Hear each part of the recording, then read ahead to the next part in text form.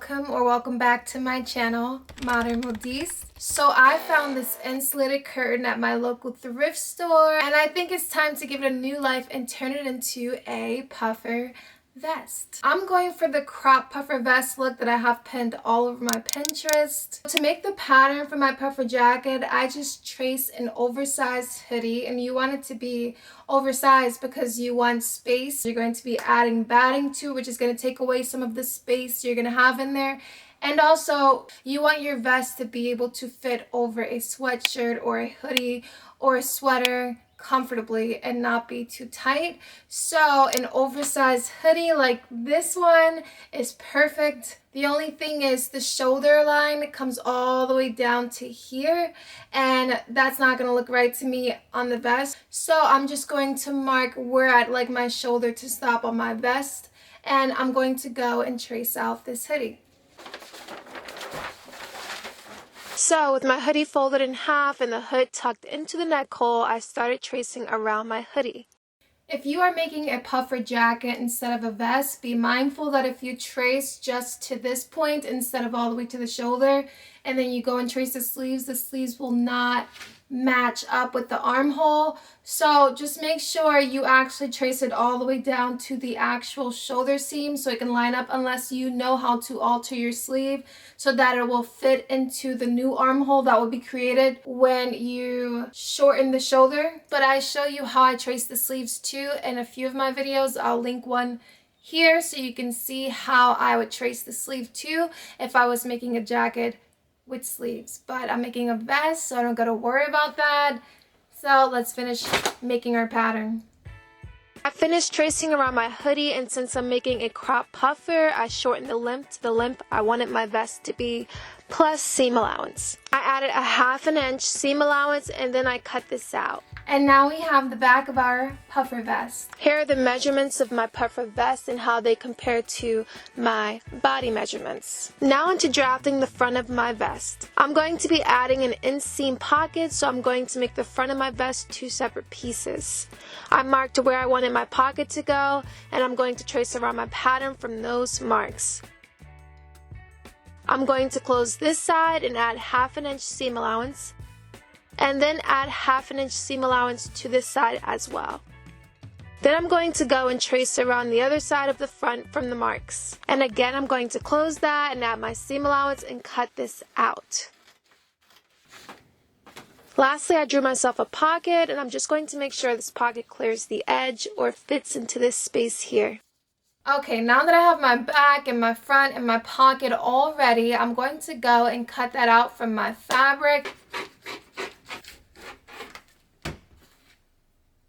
So there were 3 layers to this curtain: the outer layer, this fleece thermal layer, and just the lining material. I'm going to go and draw my lines, and I'm going to add a basting stitch to connect all 3 of my layers just around 3 of the sides, because I need to leave one side open so I can feed in my cotton batting. But before I do any of that, I'm going to go and sew half of the front off camera. This half is done. I'm going to go and do the other half in the back now and attach all that together. I'm going to show you how I added this pocket and the seam. It's so easy. So here are all my pieces for 1/2 of the front of my vest. I'm going to go and mark my lines, which I marked 5 inches apart. Then I'm going to set that aside and mark my lines on the back piece as well, making sure all my lines will line up.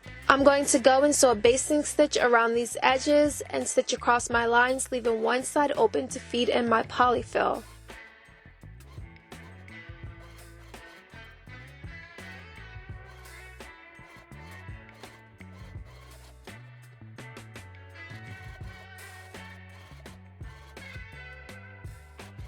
And I'm going to do the same with the 2 front pieces. Once all that is sewn, I'm going to go and fill in the back of my vest with polyfill, and I'm going to sew the side I left open closed.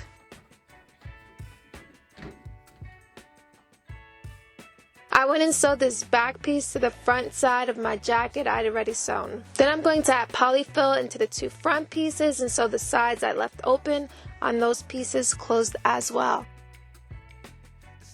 Now to create my inseam pocket, I'm going to go and sew my pocket pieces to each side like so, making sure they are equal distance from the top edge.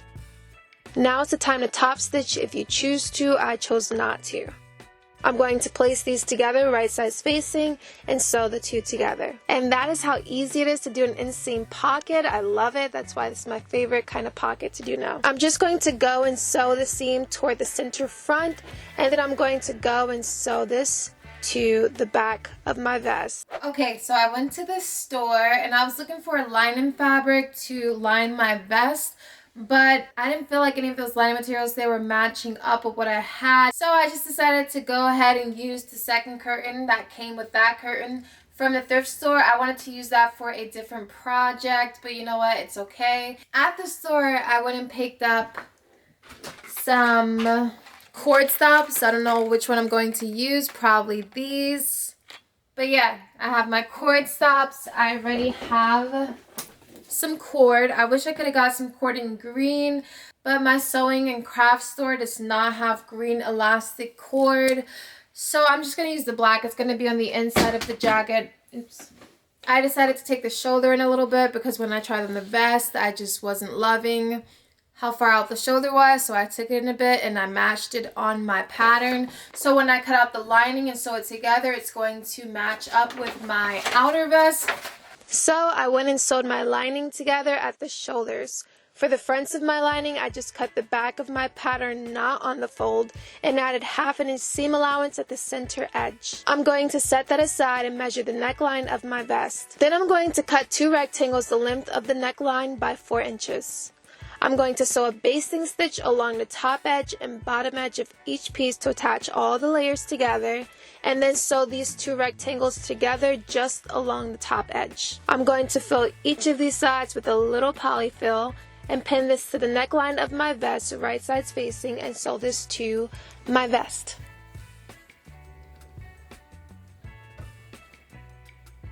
Next, I'm going to go and pin my zipper to my vest and sew it onto my vest using my zipper foot. I marked where my neckline hit the zipper to make sure everything lined up when I sewed the other half of my zipper to the vest. Now for the lining, I'm going to go and add some eyelets to the bottom corner of the front about 1.5 inches from the edge. I added felt behind the eyelets since my fabric is so lightweight and my results were not perfect, but I decided to make it work anyway. Then I just attached my lining to my vest, first sewing it to this edge of the collar right sides facing. Then I pinned the vest and lining together right sides facing along the zipper sides and armholes and sewed the two together.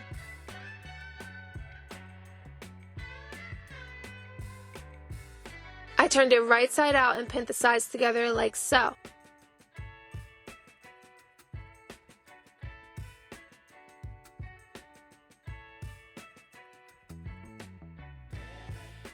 And I'm going to sew the sides together.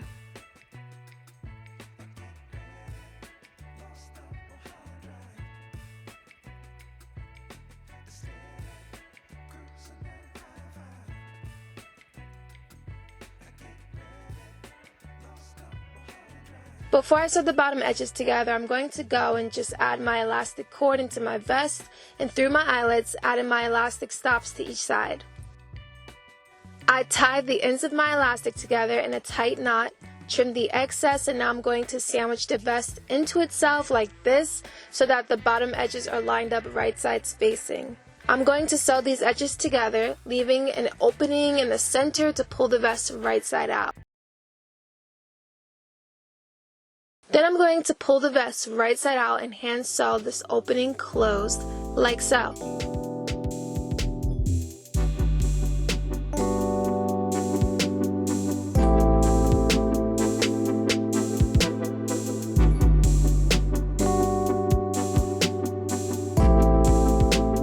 Thank you for watching. I hope you enjoyed this video. If you did, don't forget to leave a thumbs up. Bye!